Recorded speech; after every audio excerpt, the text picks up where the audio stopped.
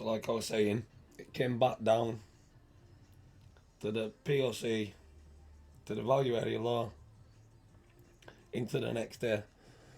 So like I was saying, the general rule is if it's trading outside these values, it will tend to come back to the POCs. And then you've got, like I say, I've got these other like indicators. You've got volume, depth of market, big trades. So big trades are these green boxes. So you've got the big green box and a big buy order's come in there. So the big buy order generally means the bid and the ask is getting hit. So sellers and buyers are interacting, it's getting hit, and normally it will retrace, but like I say, it's inside the value areas. So I won't be taking trades in there. Even if a big trade happens in there, I will not take trades just because it's risky inside them areas. So I'd have waited until it came down into here, and then look how it came back up to these big trades inside the POC, the value area high, value area low. And then you got a big push, a big green candle pushing it up, where the original big trade got taken, where the most volume started to get traded. It then pushed off up to just underneath this node. But because there's a big volume node there, you're going to see that sometimes it won't push that volume node, and then it'll come back down to the value area low. So they're my rules when I'm taking trades. And then you've got cluster search. So the cluster search is the pink box. And like I said, the cluster search is bid and ask getting hit. So there's a lot of volume getting traded there. So like I say, I personally, I would have waited until it came out of the area and then took a long and then aimed for the value area high. It didn't hit the value area high, but if you'd have took the long there and you'd have trailed your stop loss up with it, you're still getting 47711, and you trail your stop loss to this big volume node here, 48295. It's still a good 500 point move,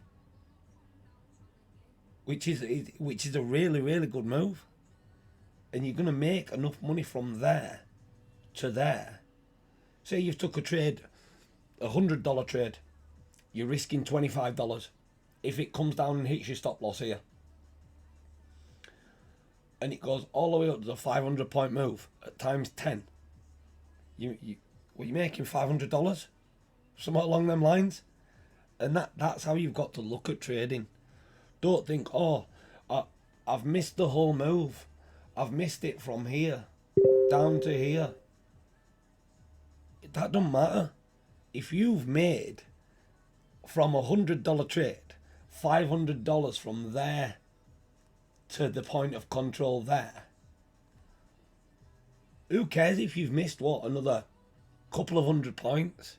You've made $500. And that's how you need to look at it. You know, a lot of people will be looking and be like, oh, but I could have made another $200, or I could have made this. No.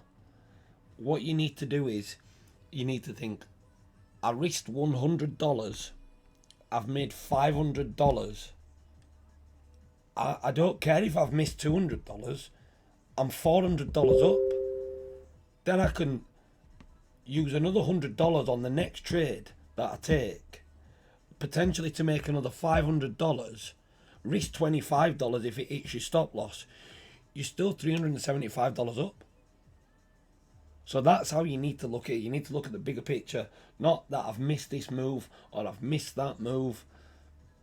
Don't worry about that. A lot of people tend to worry in trading, I could have caught another 20 points, or I could have caught this, I could have caught that. And that's where people go wrong. And then they end up losing money. And that's why they say that 90% of retail traders lose money, which is true. Because they're worrying about, I've missed all this. They're not thinking, I've gained all that. Or I've missed another $200. So then, or they'll take a trade down here and it'll hit the stop loss. A lot of traders will be like, oh, I'm not taking that trade again. And then they'll watch it go against them and actually go to the take profit. And then they'll be like, shit, I've missed my trade. You know? There's a lot of fear. Once a trade goes against you, there's a lot of fear with people to not take a trade again. Whereas, if I take a trade here, say I've took a trade on that green candle there, yeah? And I've put my stop loss there, and it's hit my stop loss.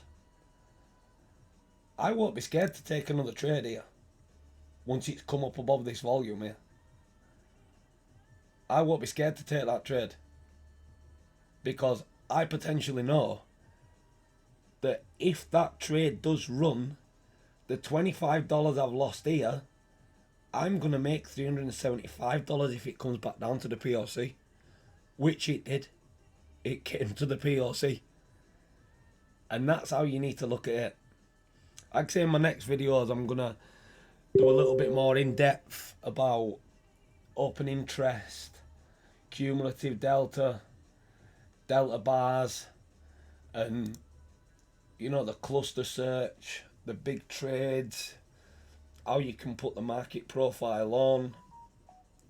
And we'll have a little look at the market profile now. So if you go, if you right click, go to indicators,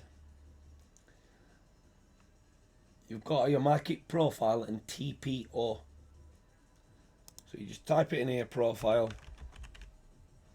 It's right there. Double click. It'll bring up this here. Just have a little look. It brings up this here. And there's a lot of settings.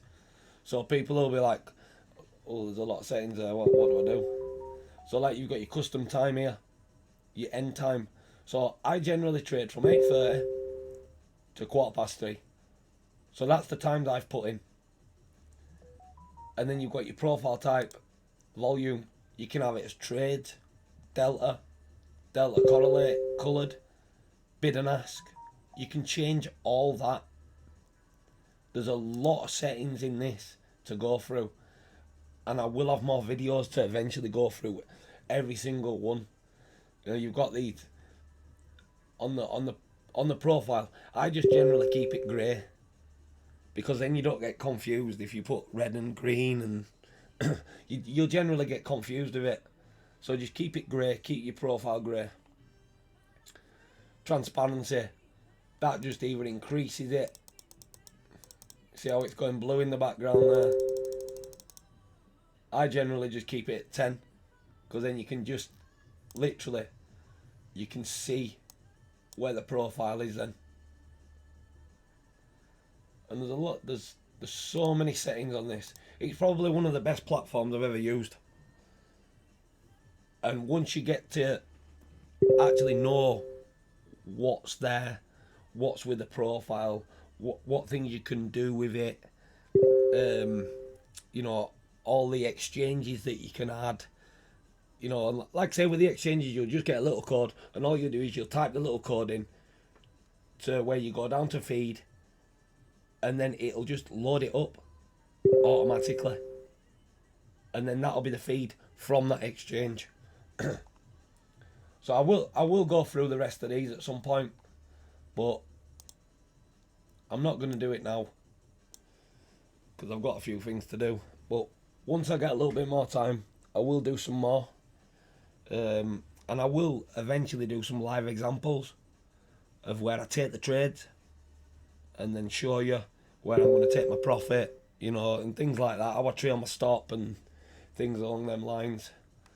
So I hope you enjoyed this, and I'll have a few more videos out soon. Take care, guys.